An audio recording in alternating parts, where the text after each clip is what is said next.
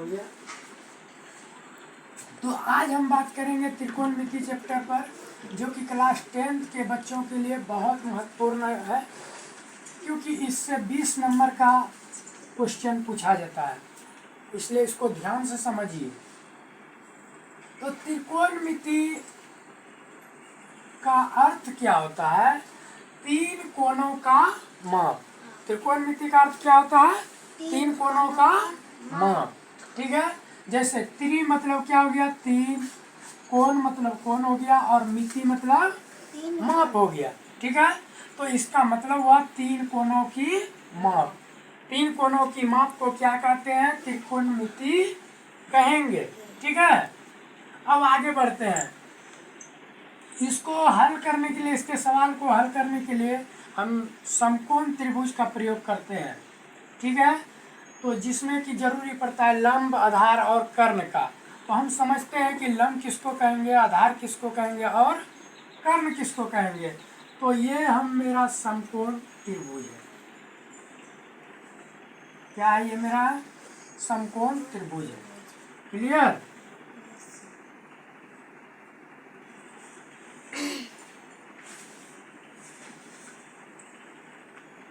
ये A B C, यहाँ पर 90 डिग्री का कोण बन रहा है। समकोण त्रिभुज का मतलब ये कोण 90 डिग्री का बनता हो। ठीक है, तो ये समकोण त्रिभुज है। अब देखिए, अगर हम कोण इसको मानते हैं, अगर कोण सी को मानते हैं, तो इसके सामने वाला क्या होगा? लंब होगा। इसके सामने वाला क्या होगा? लंब होगा। और बगल वाला जो है, इधर वाला छोटी रेखा जो है, वो क्या होगा? आधार होगा। क्या होगा? आधार। और ये सबसे बड़ी रेखा जो है वो क्या होगा? कर्ण होगा। आए बात समझ में? ठीक है, ये अगर कोण रखें तो इसके सामने वाला लंब और बगल वाला आधार, और बड़ी रेखा सबसे जो है वो क्या होगा? कर्ण होगा। लंब को हम P बोलते हैं, और आधार को B, और कर्ण को H।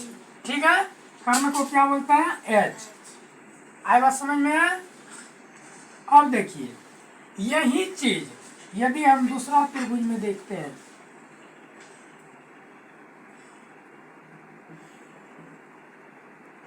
ए बी सी, इसके सामने वाला यहाँ लंब हुआ था, इसको कौन माने थे, लेकिन अब कि हम कोण ए को मानते हैं, तब कौन होगा? इसके सामने वाला, कोण के सामने वाला क्या होगा? लंब होगा। क्या होगा? लंब होगा। लंब को किससे सूचित करते हैं? P से, है ना? और इसके बगल वाला साइड क्या होगा? आधार होगा। क्या होगा? आधार।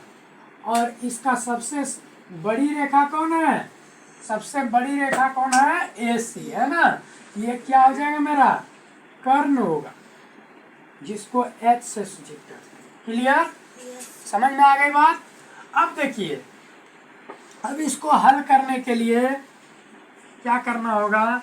जैसे इसका सूत्र आता है H² बराबर P² प्लस B²। H² बराबर P² प्लस B², इसका सूत्र आता है। ठीक है, अब हम इसको बनाने के लिए अपने से इन सूत्र अपने आप निकाल देंगे। देखिए कैसे निकलता है। H² है, ये इधर प्लस में है, बराबर की इधर आ गया, किसमें होगा?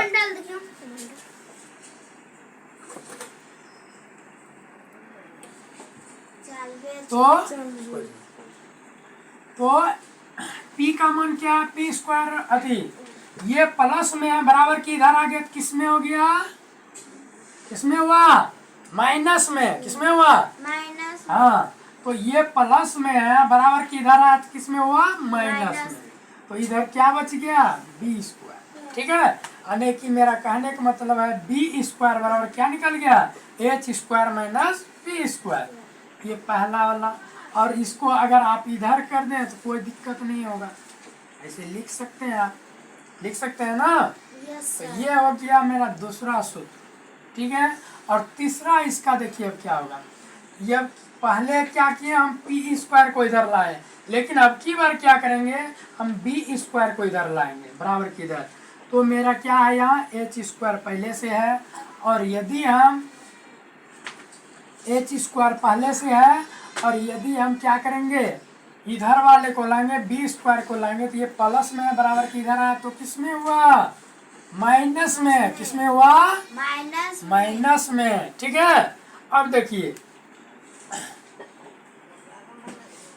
अब इसी चीज को हम फिर बदल देते हैं, बदलने में कोई हर्ज नहीं है, क्योंकि दोनों बराबर है। जब वस्तुएं बराबर होती है तो वो किधरों भी करेंगे ना तो कोई दिक्कत नहीं होगा, समान ही होगा। ठीक है, दोनों बराबर जब है तो दोनों बगल धरेंगे तो बराबर ही होगा।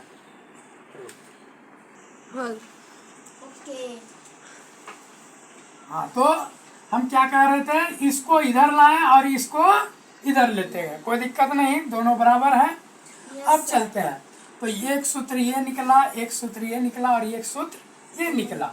ठीक है, अब क्या थोड़ा सा और समझना है, इस पर स्क्वायर है, क्या है, स्क्वायर है, तो हम इसका स्क्वायर अगर बराबर के इधर लेते जाते हैं तो किस में हो जाएगा, रूट में हो जाएगा। किस में होगा, रूट में। तो h बराबर क्या हो गया, root under P square plus B square, क्योंकि इधर स्क्वायर था तो उधर गया तो किस में हो गया, रूट में हो गया। उसी प्रकार यहाँ b में क्या है, स्क्वायर है, b में क्या है, स्क्वायर है, और बराबर के उधर जाएगा तो किस में होगा, किस में होगा, रूट में। किस में होगा, रूट में। निशा, हाँ, तो क्या हो गया, रूट में हो गया, H square minus P square. अब तीसरा सूत्र हम क्या देख रहे हैं, यहाँ पी स्क्वायर है बराबर H square minus B square, तो इसको भी स्क्वायर को उधर कर देते हैं, तो क्या हो जाएगा, पी बराबर root under H square minus B square. समझ में आ गई, ठीक है। तो अब देखिए क्या करना है, इतना समझ गए आप लोग, मिटाने वाला कहाँ है, हाँ, तो अब देखिए आगे,